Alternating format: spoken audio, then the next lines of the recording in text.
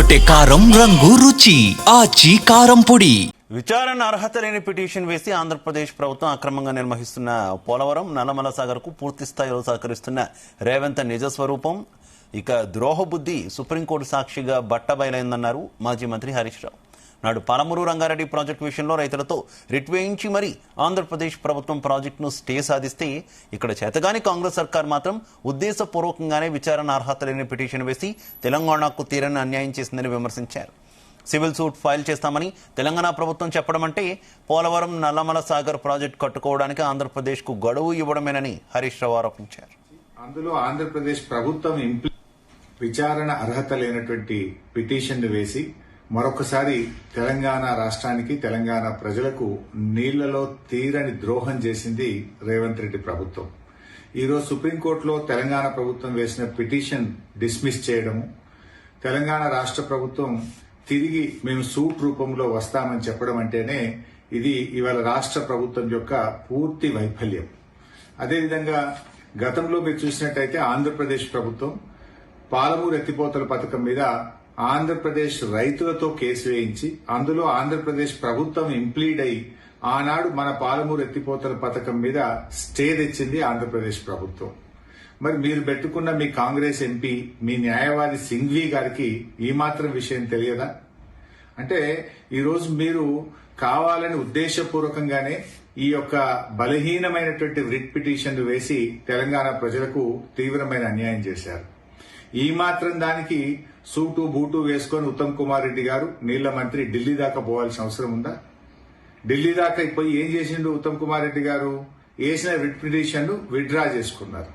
Withdraw చేసి suit వేస్తాము అన్నారు. సూట్ అంటే మనకు తెలియందా?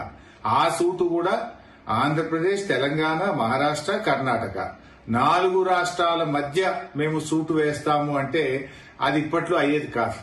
ఇంకా అది సంవత్సరాల తరబడి దశాబ్దాల తరబడి పెండింగ్ లో పడిపోతుంది. అంటే పరోక్షంగా గోదావరి నల్లమల్ల సాగర్ ప్రాజెక్టుకు మీరు సహకరిస్తా ఉన్నారు.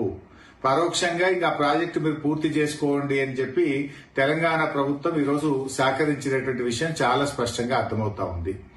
ఈ మధ్యనే రేవంత్ రెడ్డి ఒక మాట మాట్లాడండి, పంచాయతీలు వద్దు, కోర్టులు అసలే తిరగడం వద్దు అనేటువంటి మాటల సారాంశం ఏంటి అంటే బలహీనమైన రిట్ పిటిషన్ వేసి ఆంధ్రప్రదేశ్ కట్టుకోవడమేనా?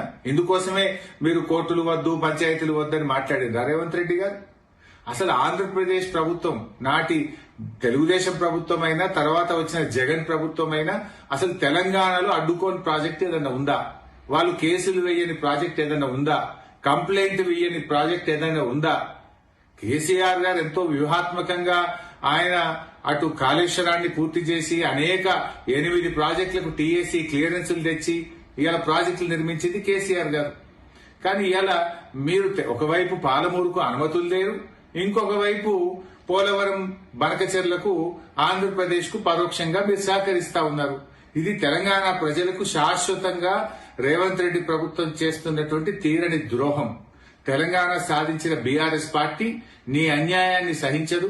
తెలంగాణకు అన్యాయం జరిగితే ఎంత మాత్రం ఊరుకోదు. తప్పకుండా ప్రజా పోరాటం చేస్తాం. ప్రజాక్షేత్రంలో నీ యొక్క ద్రోహాన్ని ఎండగడతాం. ప్రజా ఉద్యమాల ద్వారా నీ ప్రభుత్వం మీద ఒత్తిడి తీసుకొస్తాం. విచారణ అర్హత లేనటువంటి పిటిషన్ వేసి మరొకసారి తెలంగాణ తెరకొట్టే కారం రంగు రుచి ఆచి కారం పొడి.